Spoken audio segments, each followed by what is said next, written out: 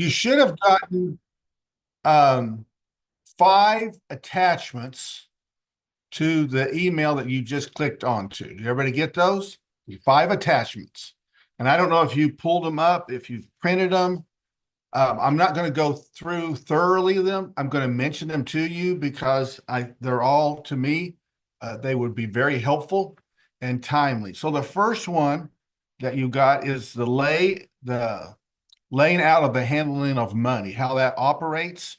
And I've got into this a little bit here recently with some churches on one particular church, just to give you an idea. They had one family that took the offering, they took it to the office. The same family counted the money in the office. The same family delivered the money to the bank at the office or at the bank in the town.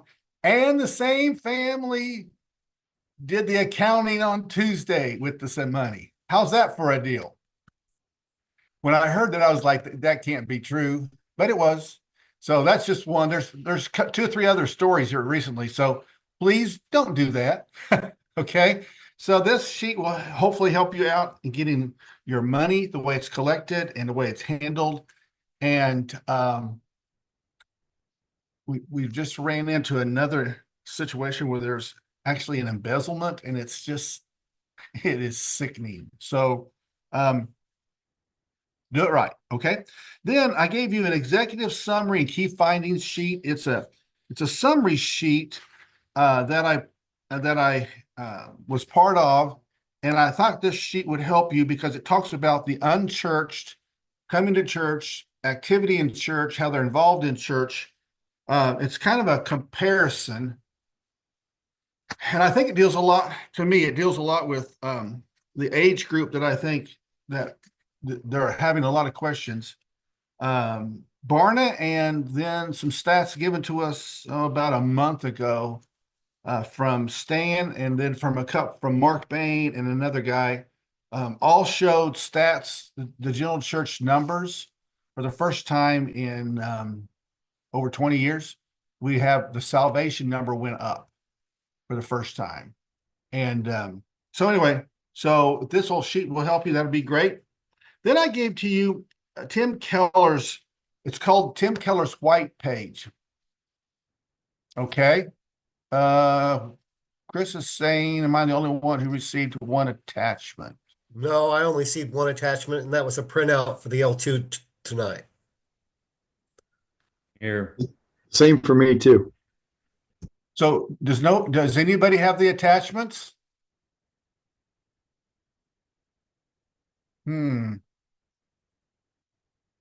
Okay. I think, Angie, are you on? Yes. Nobody has the attachments. I do. Oh, you have attached? Yes, it was on a different email though than the one for the meeting tonight. It's a separate one. Okay. It's It Angie, shouldn't have been. Let me go look. It shouldn't have been. I've got, well, maybe, I don't know. I didn't print them off. Barbara did. But I've got the one for the pastor's reports. I've got the checklist for proper procedures for handling. Yeah, that's a totally different deal. That's a totally different deal. Yeah. Oh, okay. Okay. That's what I'm talking about. Well, I'll tell you what. While she's working on that, finding that, let me jump into the lesson. Okay. And I'll come back to the 5 things to help you out. So the lesson is on leading productive change. Okay, there's 15 concepts here. The first one is to repeatedly cast vision. Repeatedly cast vision. I'll go back to Bill Hybels, his phrase that vision leaks, and you've got to constantly repeat the vision for the people. If you're going to be saying your mission statement, that's a vision statement, however you want a purpose statement, whatever phraseology you want to use on that. Several of our churches are doing that during the offering now. I think that's a win for you And I would encourage you to constantly be casting your vision and your mission, your purpose in front of your people, knowing what the church is about and why they're giving to the church. And the other phrase that I've got up here is when people get a vision, they join, they come in on it. But when they lose it, they'll drop out or they'll step away from that. You'll lose the drive and the momentum. So keep the vision in front of your people. Number two, influence the influencers. I don't know if we like to do this, but it's really the way it works. And so it's the idea that there's a power structure in your church. There are people who kind of are in charge. And you need to figure those folks out. And you can either fight the power structure or you can join the power structure. That's up to you, how you want to work that. One of the things that I wrote here at the end, it's not on your notes. I said, instead of fighting the power structure, why don't you join the power structure until you're ready to change the power structure?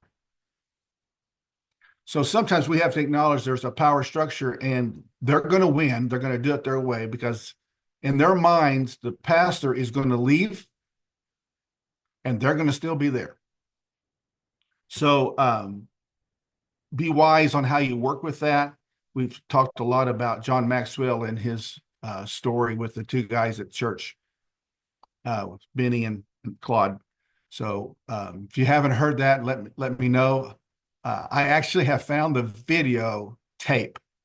Now, some of you don't know what a video tape is. It's called a VCR. It's an old ancient thing buried down in the depths of caves.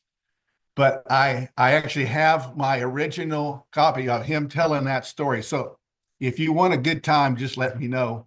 I won't send it to you because it's liable to explode in the mail, but we'll make copies and get it out. Okay, number 3. Create a change leadership team. Sometimes we have boards that really don't want to work with us, but we have leaders that are strong leaders outside of the board. Maybe they're not members or maybe they're not members yet. And so to some of the churches, I've said, why don't you create a leadership dream team that sits outside of the board and you can meet with them and you can talk about maybe they're business people and they have done this 1,000 times and they can orchestrate things and get things going for you, or maybe they'll help you raise money. They're not on the board, but they'll help you raise the money. Create that team outside of the board and let them have influence into the proper way and a proper channel of influence into the church board. And maybe those ideas and the mechanics of it will help out the church in a strong way. Okay. So, I like the idea of having that group and using them as best you can. Okay. Because I know sometimes we have boards, but we also have leaders who are not on the board for specific reasons. Maybe sometimes we know them, sometimes we don't. Okay. Number 4, work with your leaders until they become a one heart and mind together. I love this question that I have underneath it. It says, what would it take to move us from, and put the number of your church, and then what you want it to grow to. So for instance, I thought I was, sorry. Somebody's all excited about something. Okay, solve that.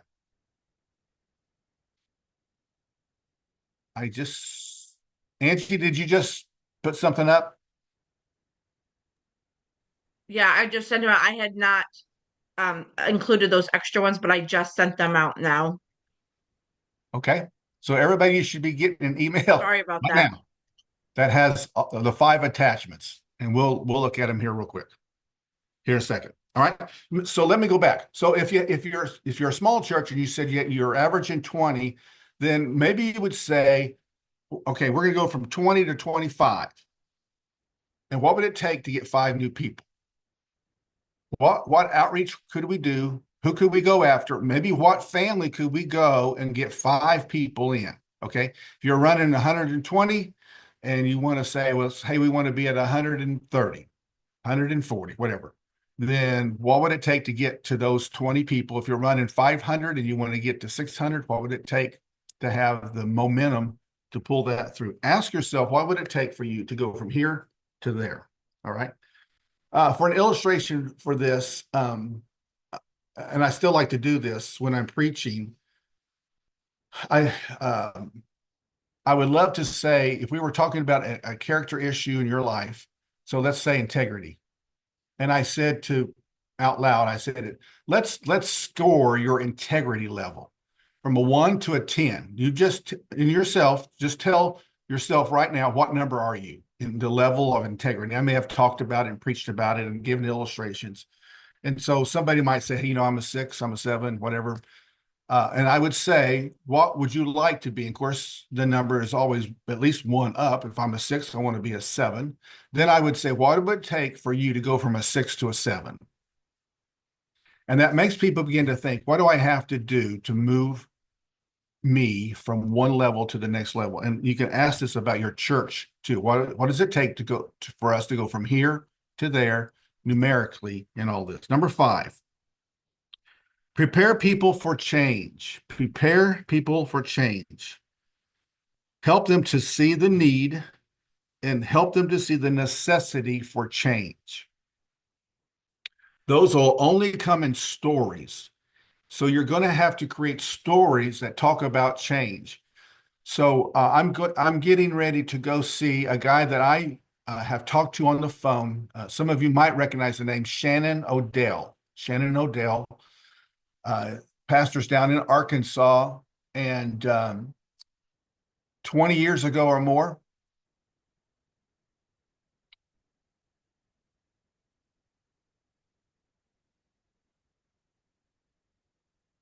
number 4 was one heart and mind together. One heart and mind together, John. Okay, so what was I saying? There went my attention. Whew.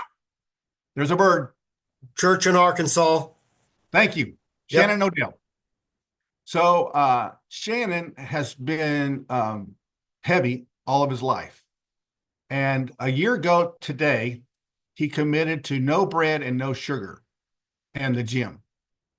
And he put up a picture of him today, and it's absolutely incredible. And the deal was, it's a health issue for him, and he wanted to do something about it. And so the need for change was driven probably by a doctor and probably by some blood pressure numbers and some sugar numbers. And he decided he would do it. So he said, for me, no bread, no sugar, go exercise. And man, he's knocking it out. So decide what you want to do, and then how you can go about it. Number 6, affirm the past. I was with a group of guys last week, and in a setting, and I said this, I'm coming to the place, I think this is a biblical principle, and that is, be careful who you talk about and how you talk about them, because what you say, and to the level that you talk about them in negative forms, people will talk about you in the same way and worse. So if you start putting down somebody, oh, they're not very good, you can rest assured that on the other side of this, someone's probably saying that about you. And I'm really at a spot where I think that's a biblical principle. And so when I talk about affirming the past, so it's for me, it would be important that I would be careful about talking about my predecessors. Okay. They're all different personality. They all did different things. It would be dangerous for me, I think, to talk in the negative way, because I'm probably going to get people like you talking about me on how I don't fit up and I don't match up and I'm not very good at and all my weaknesses, which I understand there are numerous ones you can talk about. I get it. But what I'm saying to you is be careful about who you're talking about and how you're talking about them. And then when you talk about the people who've come before you, you want to affirm the past. Okay. I think that's really crucial. So, Stephen is on there someplace. Stephen, whatever you do, don't talk bad about the previous pastor. Okay. Be really careful because I'm confident he might talk about you. And what you don't want him doing is you don't want him telling any stories that he shouldn't be telling. For those of you who don't know, Stephen is the son of Fred, and Stephen has just taken over at the Marshfield, I guess Hope Church, they call it now. And he's had his second Sunday. Is that right? 2 Sundays? Second Sunday preaching, but 3 Sundays here. Okay, so there you are. So we're having a little bit of fun with Fred, but yeah, everybody gets it. Yeah, Okay, Phil, I agree. You know, we are to let no unwholesome word proceed from our mouth, and we are to build one another up in Christ and bear one another's burdens. And it's hard to bear burdens when you're giving them out verbally. But one of the biggest hurdles I face here in the small town I'm in is the words that have been spoken by members of the church leadership to community members here in town. And so I discuss it some. I don't insult anyone in the church per se, but most of the conversations I have with former attendees of the church are the negative words that were spoken by people in the church. And so, I dance around not saying anything negative, but I mean, I do have to address what was said. Yeah. I think it's fair. I mean, I don't want you to run from the discussion. I think it's good to have the discussion and then, of course, try to end it in a way that's positive and talks about the future. So, yeah, I would just be really careful. Yeah, I'll leave that alone. I'd be real careful. Okay. Number 7, see it big and keep it simple. See it big. So have your dream, have the way to get the dream simple. Don't make that process complex. So be careful about how you make changes. One of the things that I'm seeing is when we bring a pastor in, if the church is in trouble, the pastor can make all kinds of changes, and it's okay because the church understands we have to do something. If your church is doing okay and you make changes, then the earthquake happens. And so when churches are doing well, it's well to make the changes in a slow pace and kind of be around for a little while. And what I've seen pastors do so far in these years, I've seen pastors say stuff like, well, we're not going to change anything for, at least 2 years. And 6 months later, they've rectified the whole thing and the church board is just going crazy. So do me a favor, don't do that. Okay. And then also careful about how you get rid of stuff. It's such a funny comment is, what might be your trash is somebody's treasure. Okay. Sometimes we need to get rid of trash. And sometimes the way you get rid of trash might be a really good idea to be really careful how you do that. Okay. So funny story. You guys will all appreciate this. Rhonda tells this on herself.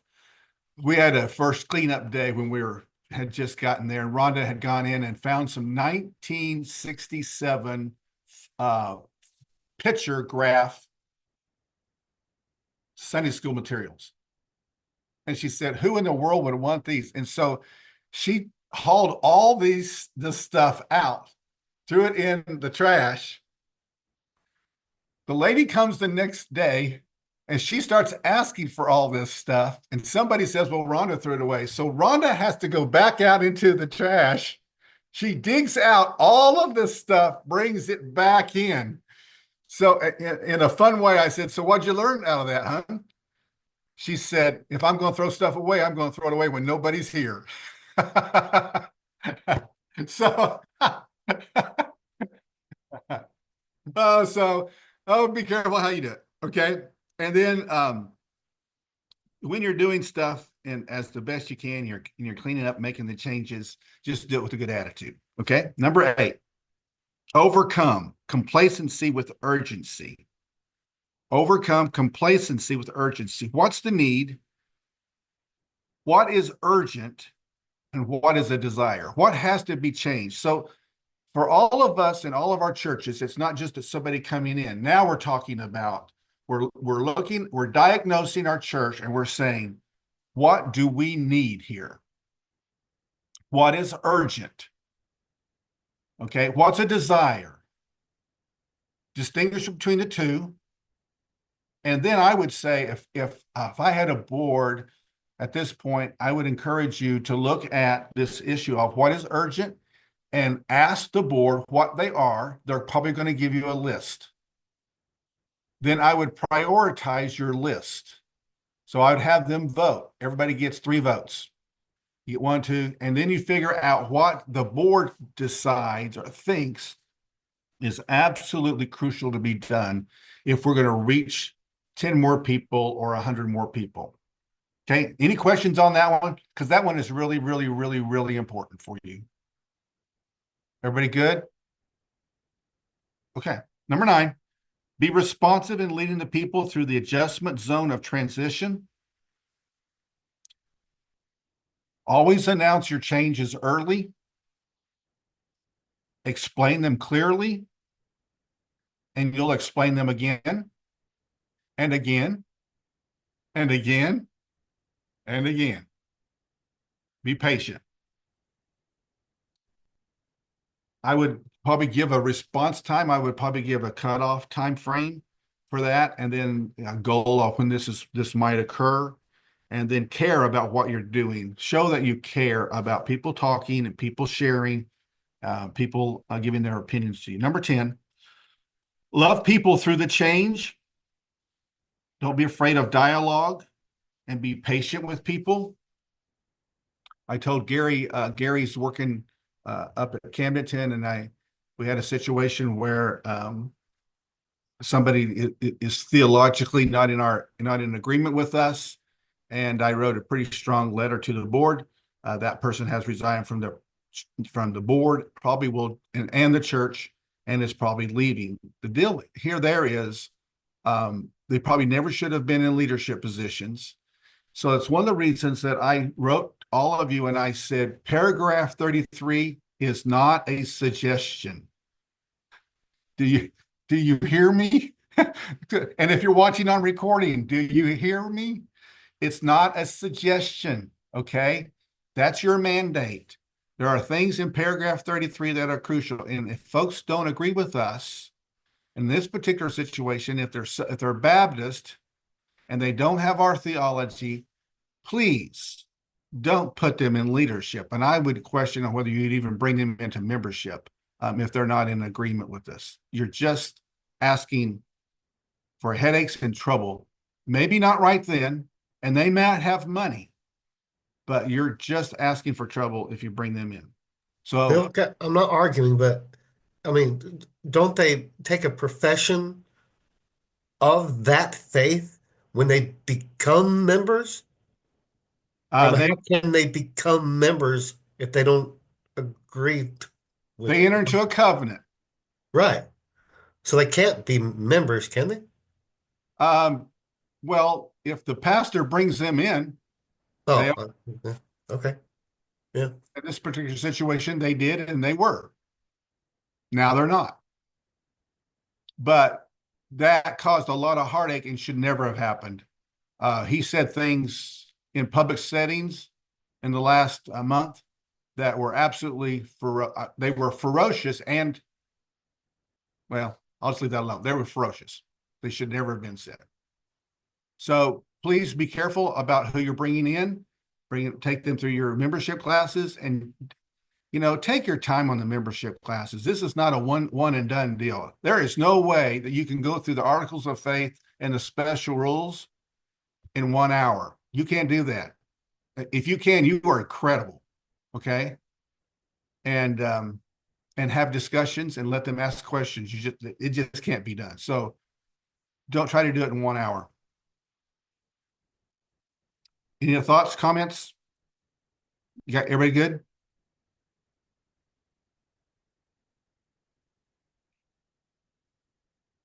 Okay.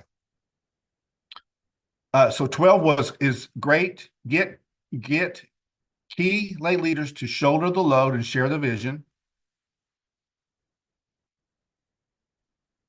Oh, did I give 11? I didn't give 11, did I? So 11 is love yourself through the change. Love yourself through the change. So I'm working on a book that has, oh, it's wrecking me. Because the idea is that even though you've come through maybe a childhood that was not the best, the worst childhood can make you a better person. The first chapter said that, and I was like, oh, I had to read that couple lines several times because I'm thinking I'm not sure how that works, but he's starting to make sense. So number 11 falls into this of loving yourself through the change. Separating yourself from the issues. The issue, maybe somebody's mad about that you painted the door red. They're mad about the whatever. They're probably not mad necessarily. It's not a personal issue. It's a door issue or whatever. So separate yourself from that. And then I would say to all of us, I say this to parents, decide what hill you're willing to die on and what hill you're willing to bleed over. There are some topics you don't need to bleed over. And there are some hills you don't need to die on. There are other hills you need to die on. So you need to choose which one you're going to die on, which one you're not. Okay. So 12 is get key leaders to shoulder the load and share the vision. Give them a chance, train them to lead, and follow up on the process. I was talking with some pastors today, and we were looking at the 80-20 principle. This very, very well fits into the 80-20 Pareto principle. Number 13, model enthusiasm in your leadership. Choose goals that only God can pull off. So if you've been in the pastoral renewal process, this is one of the things we've been hitting is, so how many people do you want to see come to know Christ this year? And boards often give me a real safe answer. And I say, I appreciate that safe answer. But if that's a number that you can pull off on your own, then you don't need God to pull it off. So let's look at a number that's going to take God involved in it to pull it off. That's what we want. We want God heavily involved in those kind of situations. So look at your numbers and let your board dream and then ask the question. Is this something we can do on our own? Do we have to have God to pull this off, or what's going to happen here? Okay. Keep moving. 14. Celebrate the victories. Please, please, please celebrate victories in your church. Bring in a cake some morning right after church and celebrate whether somebody got saved or you had a big baptism, or just celebrate. Maybe you came over and got the trailers and you had a big day. Well, celebrate that big day with cake. I mean, have some fun, for crying out loud. Let's have church, but let's have some fun and act like we like each other. And if they don't like cake, they don't have to eat it, but do something. I mean, throw out M&Ms, bags of M&Ms. Tell everybody you guys are great. We had a fun day. We had Easter. We had egg hunt or whatever. And here's bags of M&Ms to say thank you to everybody. All right, you can do that, and let's celebrate and have some fun in church. It's okay. Then the last one, 15, stick with change until it becomes unchangeable reality.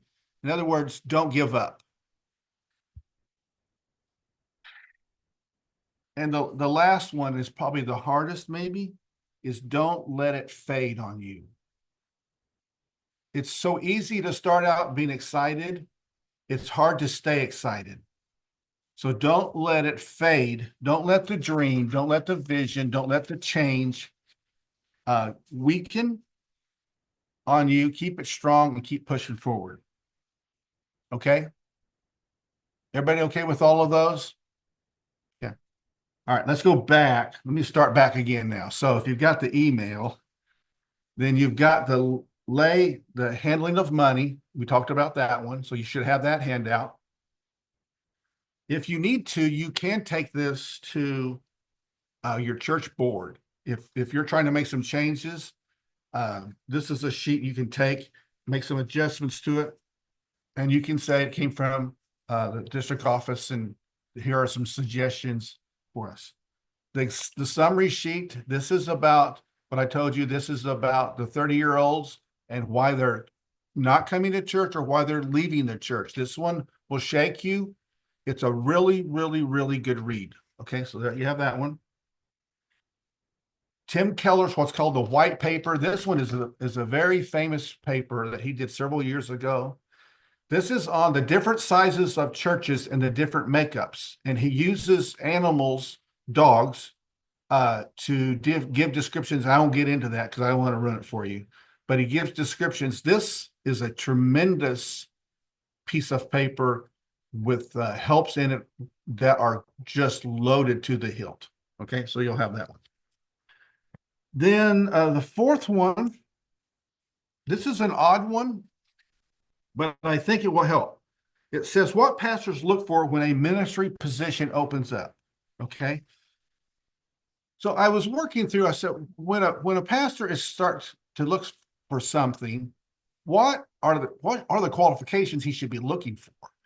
And so I began to work on this paper, this particular paper. And you can see I've got 10 questions that I've created on here, and then follow up behind most of those. I really like this. You may not, that'll be fine. You don't have to go buy it. That'll be fine too. But it would give you some strong foundation to work for when you're trying to find people. Don't try to fill a position just to fill the position. Okay. I would rather you, and what I've been saying to some of the churches here in the last 3 weeks is, I would rather give you permission to have a smaller church board than for you to have a church board that has people on there that are not good leaders. So for instance, let me just hit it really quick. If they're not tithers, they shouldn't be on the church board. Okay. So don't put tithers, or I'm sorry, don't put non-tithers on your church board. You say, well, if I don't do that, if I follow that, I don't have anybody. I would rather you not have anybody. Now this is strong. I would rather you not have anybody on your board than have somebody who's a thief. Okay. I don't think God honors that.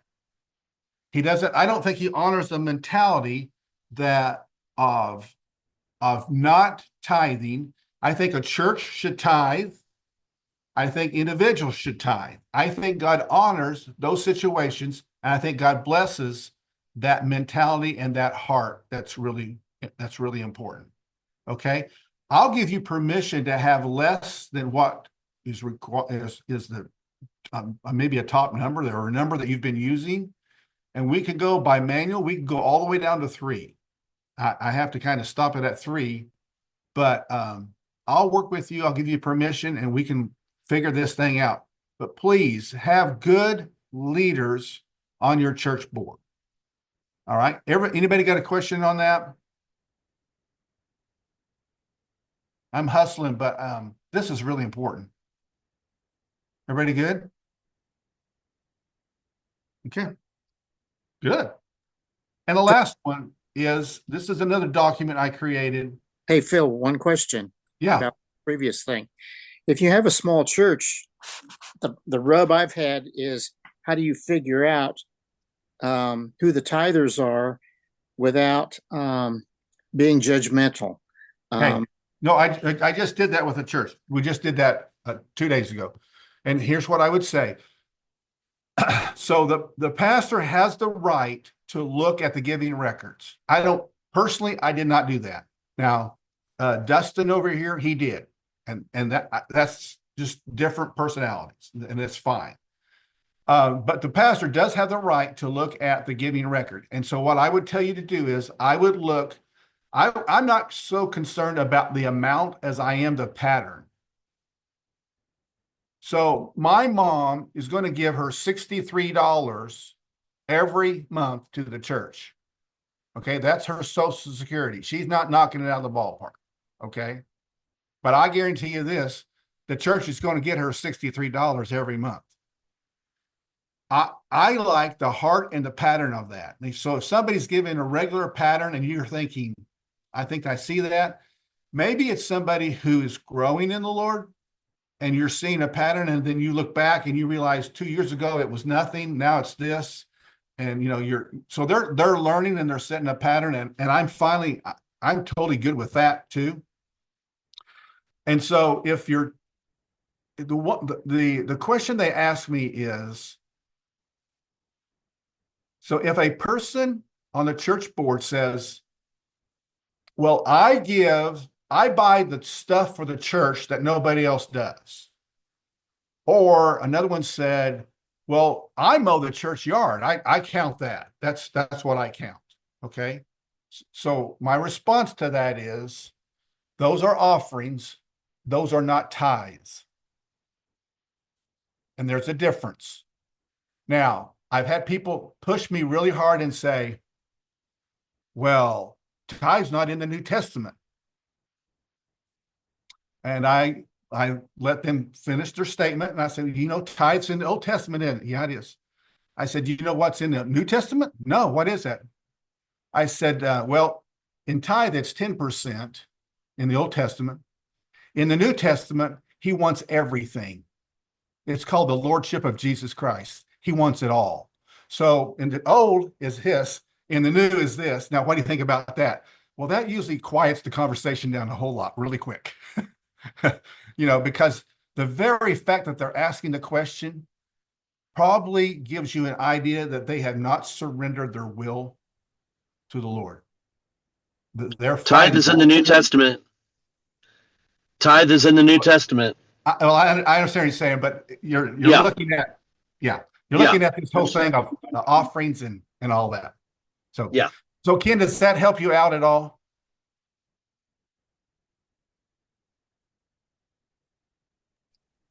Yeah, somewhat. We had a situation a few years ago where, because someone was excluded from the church board election, they got mad and left because they thought that everybody in the church knew that they didn't do that, and there was a perception that they did, and all of that kind of stuff. You know what I'm saying?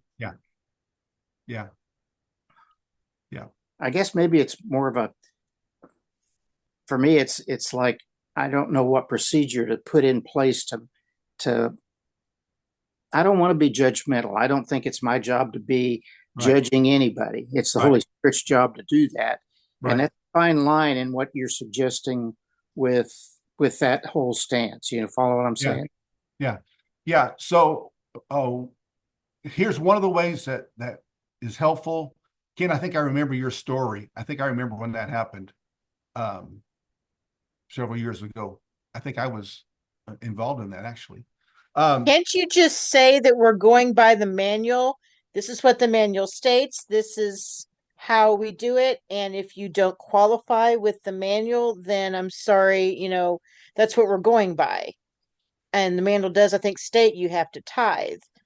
And I know that a lot of places, especially smaller churches, have done it either the personality contest or whatever in the past. But if we simply say, this is the manual paragraph, this is what it says, this is what we're doing, period. I know it's a change, but I don't know if that makes a difference or not. But to me, that's what I would say is, this is what the manual says, this is what we're doing. Yeah. Dana, I think that we can do that especially when people are coming in. I think for Ken's story is that these people had been there for a while, and I've got another situation that they've been on the board and they consider going to Costco and buying some church supplies, their tithe. They made a big deal about it. And then they made a terrible statement 2 weeks ago in a board meeting and said, well, they just made a statement that just gave their heart away, and it was not good. So, I guess I would say, Ken, for all of us, in the tithing deal, so you have a committee that makes the recommendation. That list is then sent to either to the pastor, to the treasurer, preferably the treasurer, and then letters are sent out to people asking them if they want to be nominated for that position, and then they come back. If you work that right, sometimes people would not know why they were not, because they could have said they didn't want to be on the board. That would be an option for you. I'm just trying to think of ways that can help you out there. So I do hear you. And I know for the pastors who are coming in and this has been going on, it's really tough. What's nice is if it's been going the right way and then they just continue going the right way. That's a good observation, Ken. I appreciate it. Everybody okay with all of that? Paragraph 33, your reports, elections, the whole process. Everybody good? Okay. I've got paragraph 33. Actually, it's on my church board covenant, so they can actually read it before they sign it. Yeah. So I have a letter, and if you want the letter, you're welcome to it. I have a nominating letter that has the paragraph in the middle of it. It says you have been nominated for such and such position. If you fill these qualifications, then there's paragraph 33. Then at the bottom, one of the things, I don't know, this is just me. Instead of saying to people, if you don't want this position, call the office and tell us. We said, if we don't hear from you, we will assume your name is going to be put in this position. That took all the pressure off of the church office on all of this. So if somebody said, well, my name's on there, I didn't want it on there. We say, well, did you call the office? No. Well, then you'll have to turn the offer down after the election or whatever, how that works. It's kind of interesting. Okay. All right. When can we start having our elections and stuff? Isn't it 90 days ahead before the? Yeah, we actually were talking about that, and I think I need to look at that again.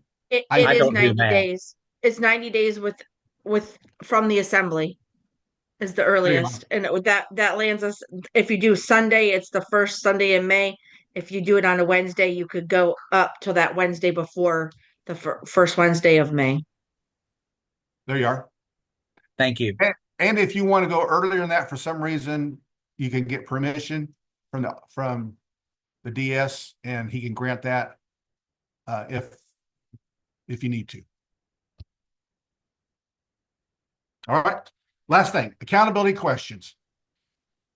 As you know, Wesley had a set of accountability questions that he asked, and I was involved in a situation, and so I took his questions and another set of questions, combined them, kind of put them together, got rid of the doubles, and came away with this set of questions.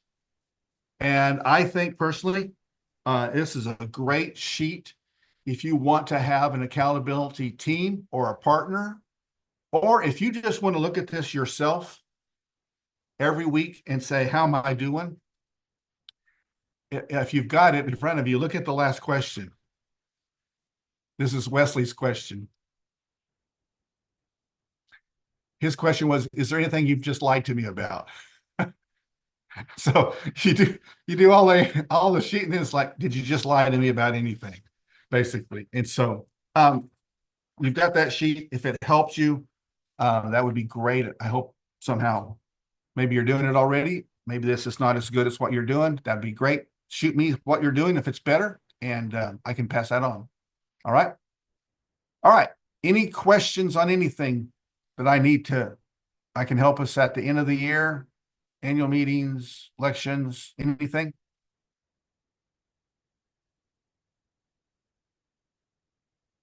Everybody good? Okay. Well, we're grateful that all of you have joined. And for those of you who've not heard, so our daughter-in-law had a golf ball size tumor removed yesterday. That surgery was supposed to be at 12:30. They had a major issue that happened there in the hospital. We were 4 hours late in that. So they finished late last night. And then after she woke up, then I came home early this morning. But at this point, modern technology is incredible.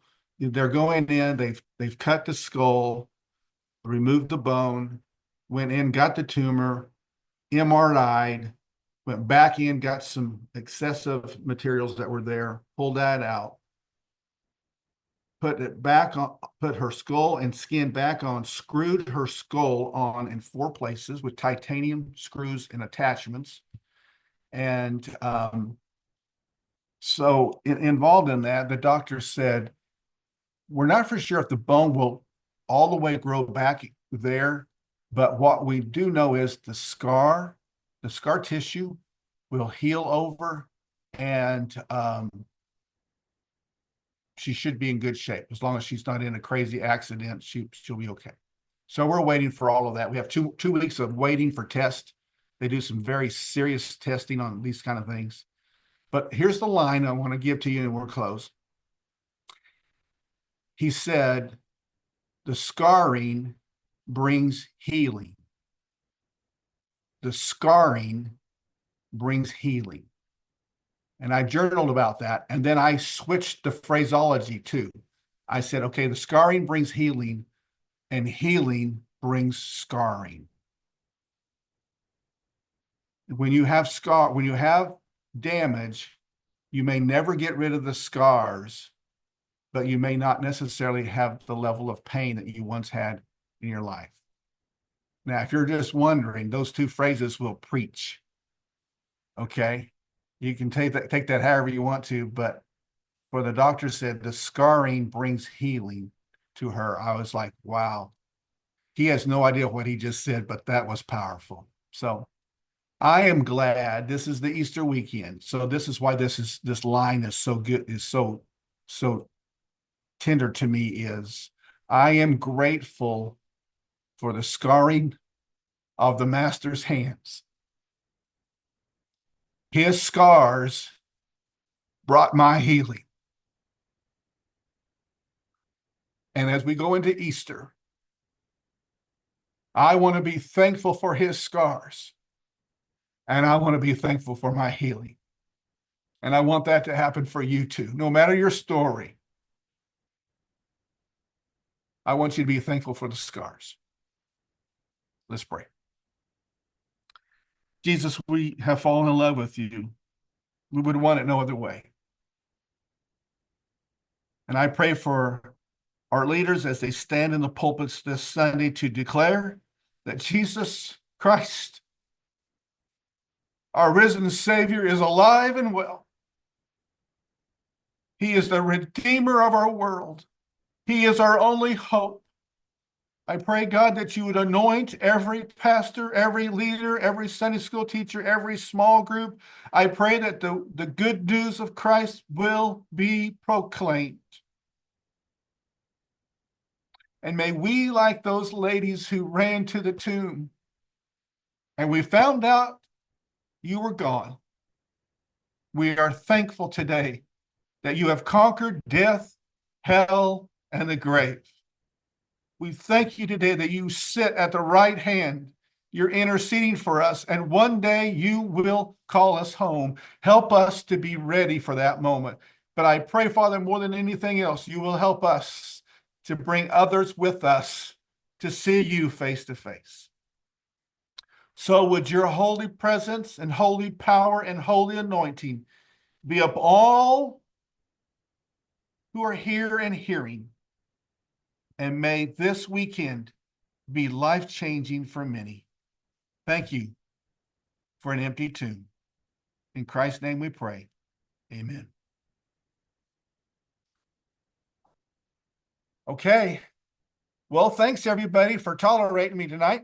Appreciate it. Sorry for the confusion on the attachments that we got there. And you guys have a great rest of the evening and an incredible weekend. I look forward to hearing stories, numbers, and all that stuff. I think we're going to have a great weekend with the Lord. Okay. If you need something, holler at me. And I'm going to stay on in case somebody needs me. But thanks for joining us tonight. Okay. God bless you guys.